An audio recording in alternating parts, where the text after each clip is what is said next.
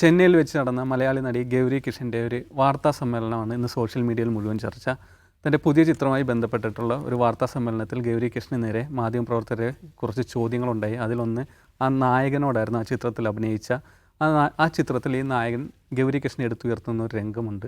അപ്പോൾ ഗൗരി കിഷന് എത്രത്തോളം ഭാരം തോന്നിയിരുന്നു എന്ന രീതിയിൽ ബോഡി ഷെയ്മിങ് നടത്തുന്ന ഒരു ചോദ്യമാണ് ഉയർന്നിരുന്ന. ഈ ചിത്രത്തിൻ്റെ പ്രദർശനവുമായി ബന്ധപ്പെട്ട് മുമ്പ് ഇത്തരത്തിലുള്ള ഒരു ചോദ്യം ആ മാധ്യമപ്രവർത്തകനിൽ നിന്നല്ല യൂട്യൂബറിൽ നിന്നുണ്ടായിരുന്നു. ആ സമയത്ത് മറുപടി പറയാൻ ഗൗരി കിഷന് കഴിഞ്ഞിരുന്നില്ല. പിന്നീട് ഈ വാർത്താ സമ്മേളനം നടക്കുന്ന സമയത്ത് വീണ്ടും ഇതേ പ്രകോപനപരമായ ചോദ്യവും വിഷയവുമായി ഈ മാധ്യമപ്രവർത്തകർ രംഗത്തെത്തുകയായിരുന്നു.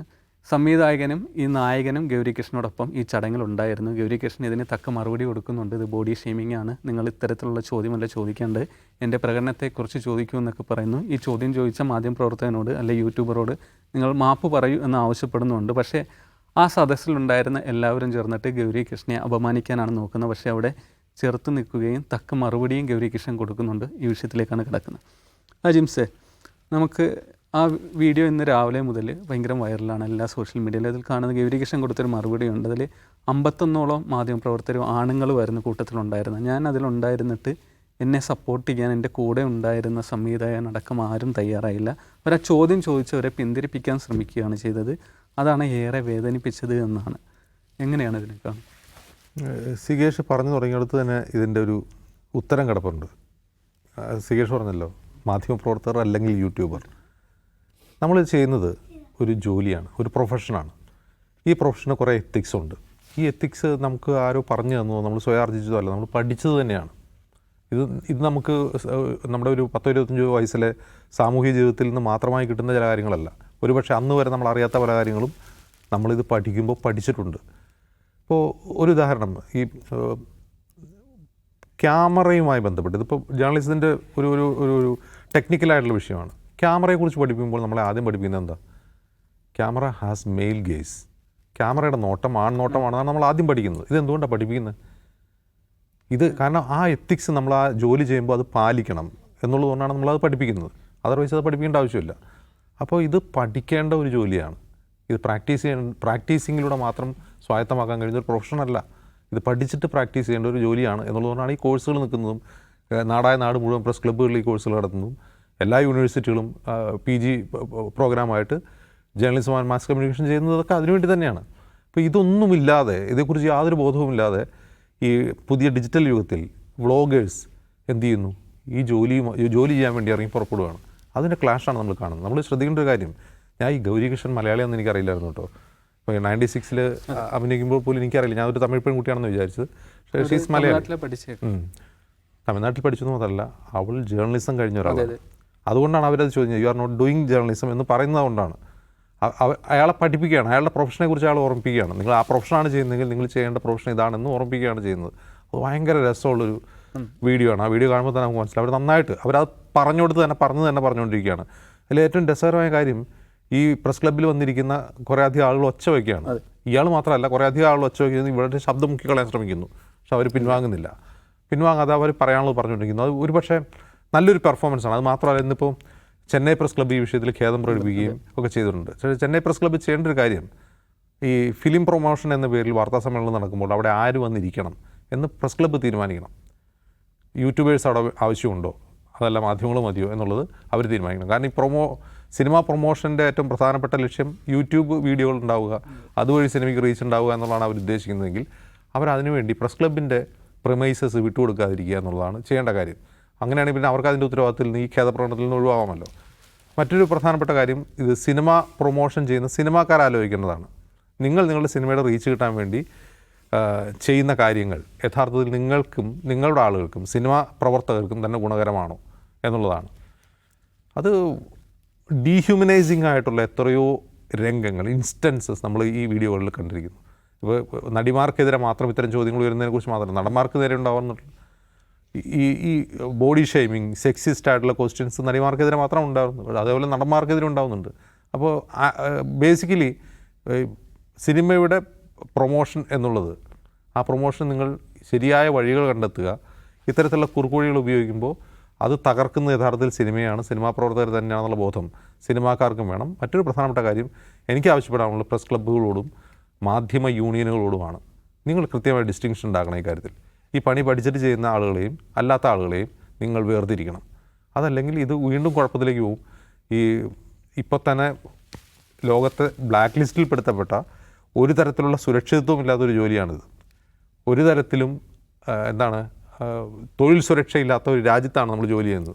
പ്രസ് ഫ്രീഡം ഇൻഡെക്സിൽ ഏറ്റവും പുറകിൽ നിൽക്കുന്ന ഒരു രാജ്യമാണ് നമ്മുടേത്. അവിടെ പോലും രാഷ്ട്രീയ പാർട്ടികളുടെയും അതുപോലെ പോസ്റ്റ് ട്രൂത്ത് കാലഘട്ടത്തിലെ പ്രചാരണത്തിൻ്റെയും ഫലമായി ഈ ജോലിയുടെ വിശ്വാസം തന്നെ ഇല്ലാതെക്കൊണ്ടിരിക്കുകയാണ്.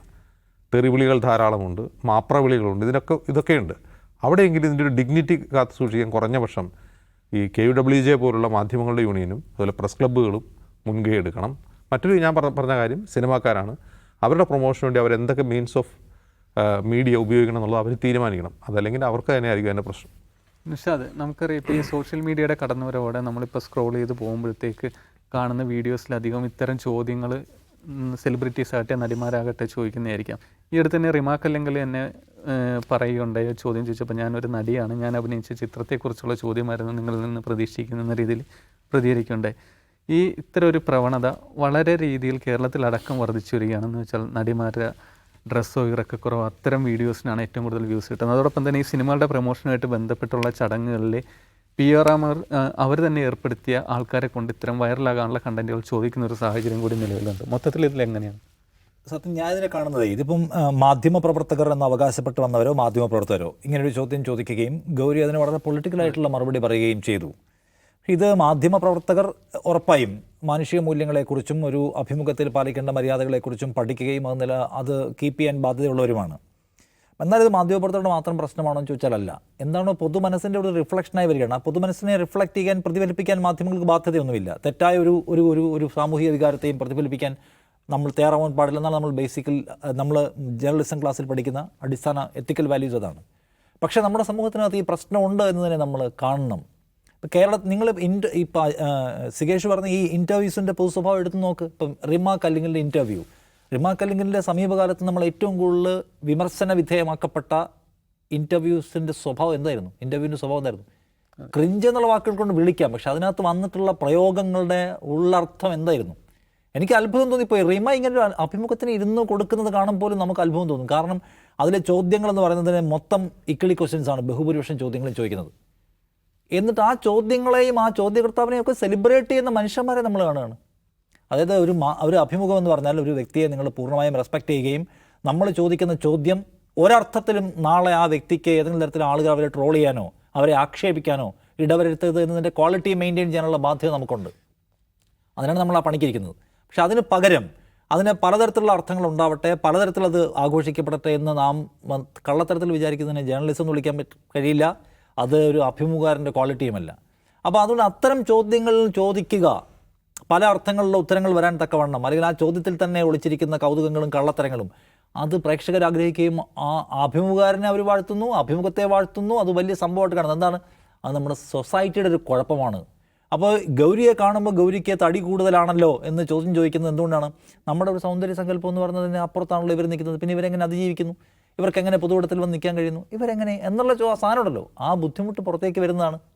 അപ്പോൾ ഇത് അടിസ്ഥാനപരമായിട്ട് എനിക്ക് ഒന്ന് പരിഗണിക്കപ്പെടുകയും പരിഹരിക്കപ്പെടുകയും ചെയ്യേണ്ട പ്രശ്നം അവിടെ ഉണ്ട്. അത് സിനിമയ്ക്കകത്ത് മാത്രമല്ല, സൗന്ദര്യത്തെക്കുറിച്ചുള്ള നമ്മുടെ സങ്കല്പ പ്രശ്നം 100-350 വർഷം 500 വർഷം മുമ്പ് എടുത്താൽ നമ്മൾ പഴയ പെയിൻറ്റിങ്ങുകളൊക്കെ എടുത്ത് നോക്കുക. അതിനകത്ത് കാണുന്ന സൗന്ദര്യ സങ്കല്പം വളരെ റിച്ച് ആയിട്ടുള്ള സുന്ദരികൾ എന്നൊക്കെ പറഞ്ഞാൽ കുറച്ച് തടിയുള്ളവരാണ്. അത് കഴിഞ്ഞ് കുറേ കാലം നമ്മളിങ്ങോട്ട് മുന്നോട്ട് വന്നപ്പോൾ തടി കുറഞ്ഞവരെ, അതൊരു സാമൂഹിക നിർമ്മിതിയാണ്. തടി കുറഞ്ഞവരെ സൗന്ദര്യത്തിൻ്റെ ബിംബമാക്കിയിട്ട് ആരൊക്കെയോ കൂടി ഫിക്സ് ചെയ്യുന്നു. നാം പിന്നെ അതിനകത്തേക്ക് ചെന്ന് ചേർന്ന് കൊടുക്കുകയാണ്. അപ്പോൾ ഈ സൗന്ദര്യം എന്ന് പറയുന്നത് നമ്മളിപ്പോൾ എല്ലാവരും കൂടി തടി കൂടുതലുള്ളത് ക്വസ്റ്റ്യൻ ചെയ്യാമെന്നാണ് നമ്മൾ വിചാരിക്കുന്നതെങ്കിൽ അതിനെ നമ്മളൊരു പൊതു സത്യമാക്കി മാറ്റിയാൽ നാളെ തടി കൂടിയത് മാത്രമല്ല, പിന്നെ നിങ്ങൾക്ക് തടി തീരെ കുറഞ്ഞു പോയത്, മൂക്കിന് നീളം കൂടിപ്പോയത്, കണ്ണിന് വലിപ്പം കൂടിപ്പോയത് എല്ലാം പ്രശ്നമാക്കുന്ന ഒരു സിസ്റ്റം പതിയെ പതിയെ വരും. അപ്പോൾ നമ്മൾ ആദ്യം വിചാരിക്കേണ്ടത് പ്രകൃതി എന്ന് പറഞ്ഞാൽ, ഞാൻ കുറച്ച് ഫിലോസഫിക്കലായി പറഞ്ഞാൽ പ്രകൃതി ഇത്തരം വൈവിധ്യങ്ങളുടെ ഒരു കലവറയാണ്. ആ പ്രകൃതിയുടെ സത്യത്തെ നമ്മൾ നിഷേധിക്കുകയാണ്. അതിൽ കുറച്ചൊന്നും ഞങ്ങൾ എടുക്കത്തില്ല എന്ന് പറയുന്നത്, ഇന്നത് മാത്രമേ ഞങ്ങൾ അംഗീകരിക്കുകയുള്ളൂ, ഇങ്ങനെ ആയാൽ മാത്രമേ പറ്റൂ എന്ന് പറഞ്ഞാൽ ആ വൈവിധ്യങ്ങളെ നമ്മൾ നിരാകരിക്കുകയാണ്. അതിൽ തന്നെ ഒരു കുഴപ്പമുണ്ട്. ഇതിനകത്ത് ജീവിക്കാനുള്ള നമ്മൾ എന്തുമാത്രം മിസ്ഫിറ്റ് ആണെന്നുള്ള ക്വസ്റ്റ്യൻ ആണ് അത് ഉയർത്തുന്നത് എനിക്ക് തോന്നുന്നു. സോ അതുകൊണ്ട് അവർ ഗംഭീരമായിട്ട് അതിന് മറുപടി പറഞ്ഞു. ആ മറുപടി അടുത്തിരിക്കുന്ന ഇപ്പോൾ അതിൻ്റെ കൂടെ ഉണ്ടായിരുന്ന നടനൊന്നും പ്രതികരിച്ചില്ല. പിന്നീട് അദ്ദേഹം പറഞ്ഞു, ഞാൻ കുറച്ച് ഷോക്കായിപ്പോയി, പിന്നീട് എനിക്കതിൻ്റെ സത്യം മനസ്സിലായിരുന്നു. കാരണം അയാളെ പിന്നീട് അത് മനസ്സിലാക്കിക്കാൻ തക്കവണ്ണം ആ സംഗതി വലിയ തോതിൽ എന്ത് ചെയ്തു, ആൾക്കാരെടുത്തു. ഗംഭീര മറുപടിയായി എന്ന് പറഞ്ഞു. പ്രസ് ക്ലബിന് ആ കാര്യത്തിൽ ക്ലാരിഫിക്കേഷൻ കൊടുക്കേണ്ടതെന്നാണ് വന്നുകൊണ്ടെന്നാണ് അവരുടെ മറുപടി അത്രയും സ്ട്രോങ് ആൻഡ് ബോൾഡാണ്. അത് തള്ളിക്കളയാൻ ആർക്കും കഴിയില്ല. കുറേ വേട്ടാവളിയന്മാരെ തള്ളിക്കളയും, പക്ഷേ ബോധ്യമുള്ള മനുഷ്യർക്ക് തള്ളിക്കളയാൻ പറ്റില്ല. അതുകൊണ്ടാണ് ആ നടനെ പോലും തിരുത്തേണ്ടി വന്നിട്ടുള്ളതെന്ന് കാണുക. സോ അതുകൊണ്ട് ഗൗരിയെപ്പോലുള്ള ആൾക്കാർ പറയുന്ന വർത്തമാനങ്ങൾക്ക് കൂടുതൽ ഒച്ചയുണ്ടാവട്ടെ, അത് കേട്ട് ആൾക്കാർക്ക് മനസ്സിലാവട്ടെ. അപ്പോൾ അവർ പഠിപ്പിക്കുന്ന പാഠം, ഞാൻ എൻ്റെ ശരീരപ്രകൃതി ഇങ്ങനെയായതിനെക്കുറിച്ച്, ഞാൻ അനുഭവിക്കുന്ന എൻ്റെ പിന്നാമ്പുറ ജീവിതത്തെക്കുറിച്ച് നിങ്ങൾക്ക് എന്തറിയാമെന്ന് ചോദ്യം ചോദിക്കുന്നിടത്ത് തീരുന്നു എല്ലാം. ഓരോ മനുഷ്യരും അനുഭവിക്കുന്ന എന്തെല്ലാം പ്രതിസന്ധികളുണ്ട്, അതിൻ്റെ മേലെ കൂടി നമ്മളെല്ലാവരും ജഡ്ജ് ചെയ്യുമ്പോൾ എങ്ങനെ ഇരിക്കും?